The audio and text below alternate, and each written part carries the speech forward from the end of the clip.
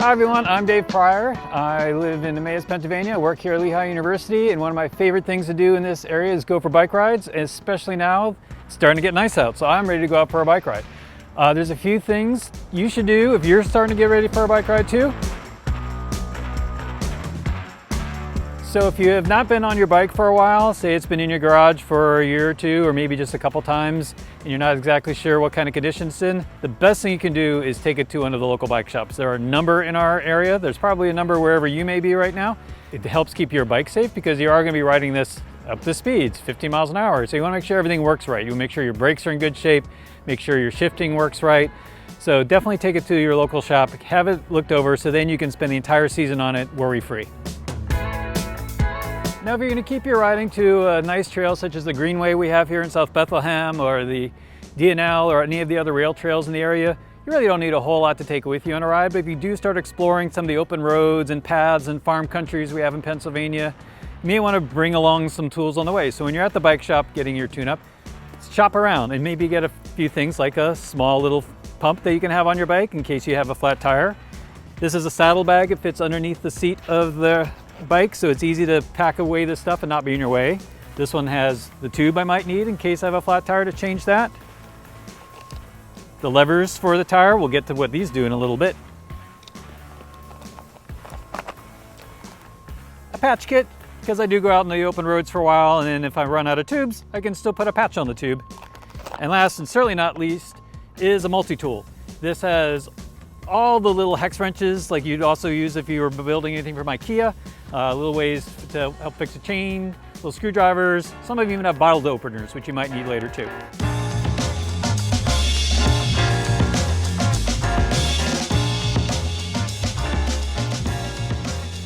So what do you do in case you do have a flat tire? Like pumping it up's not going to work. There's probably a hole in that tube somewhere. You've got to change that tube out. Not hard, not difficult, but there are a couple little minor tricks that make it super easy. Then it's like something you don't have to worry about. You're not banging your head against the wall. So this tire is flat, no air in there at all. It's got to come off. On this kind of bike, it has cantilever brakes. They're the ones that kind of work like this, two different sides. Easy enough to get the brake disengaged so you can get the wheel off. It's really pulling that lever off. Usually the levers have a button that you can push that gives it a little bit more slack. Don't forget to put the lever back in place before you ride your bike so you have good brakes. It's easy enough to pop that off. That gives all the space in the world for your brakes. You spin the quick release lever to give it some play, and voila. This bike has what we call V-brakes. I have no idea why. I guess it looks a little bit like a V. And that's a pretty simple mechanism to do. It's related all up at the top again. So squeeze this in, and then you can pull that out. This is the kind of catch that it does. It releases, then that releases, and same thing applies. Spin it off, spin it off some more, and take it off. Last, but certainly not least, is these newfangled disc brake bikes.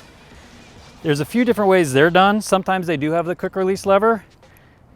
And you can see they have a disc brake because there's this giant big disc on the side of it. So it's more like a motorcycle or a car brake. They're super effective. And once you know how they work, they're also very easy. So sometimes they'll have the same sort of lever that the other two had. This one has a through axle with an Allen set on the end. So then you need your multi-tool. Find the right size one, get it in, start spinning it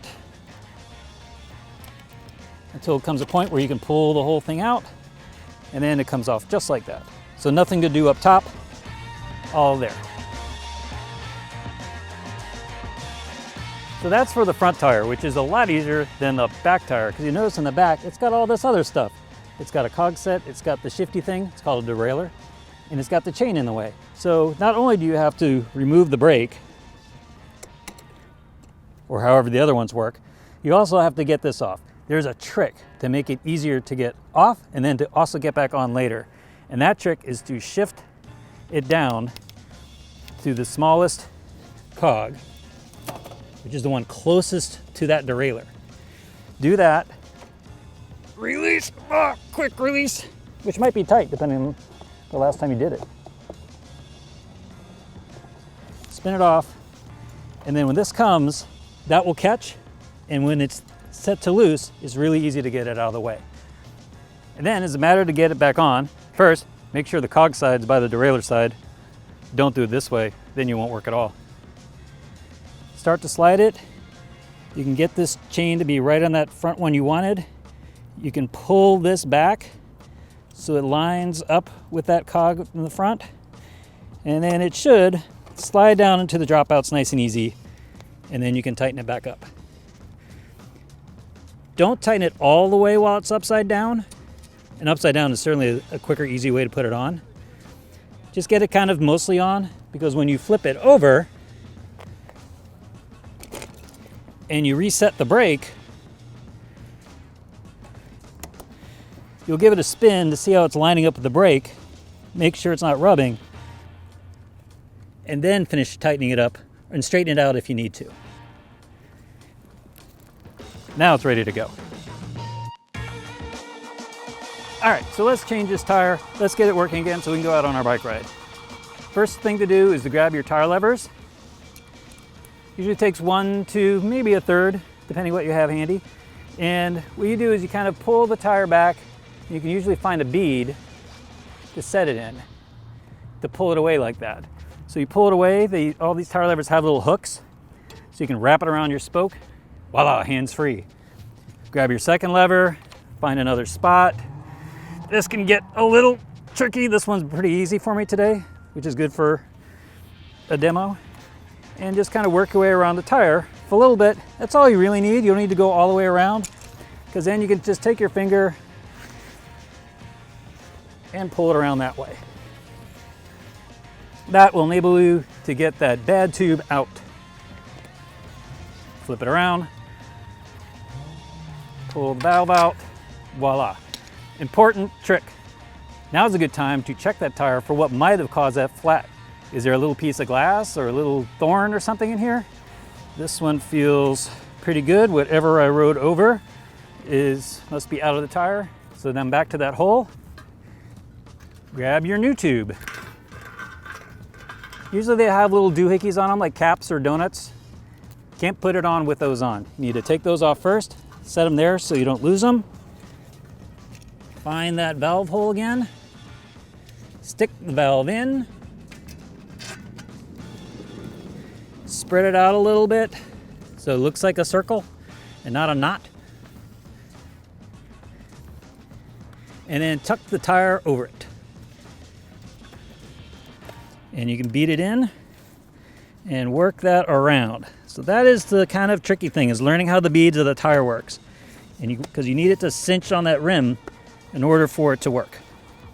Grab your handy dandy pump,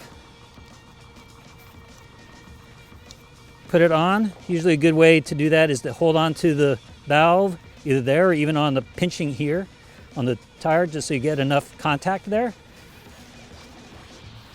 Lock it and get to work.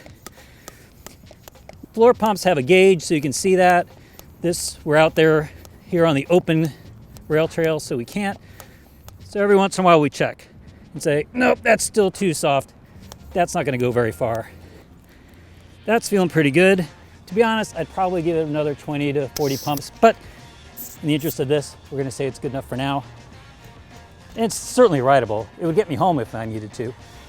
And then it's just a matter of putting the wheel back on the way you took it off, but in reverse, and then you can go back out on your bike ride. All right, now we got our tire back on, got our wheel back on, our bike's ready to roll. Last but certainly not least, don't forget about safety.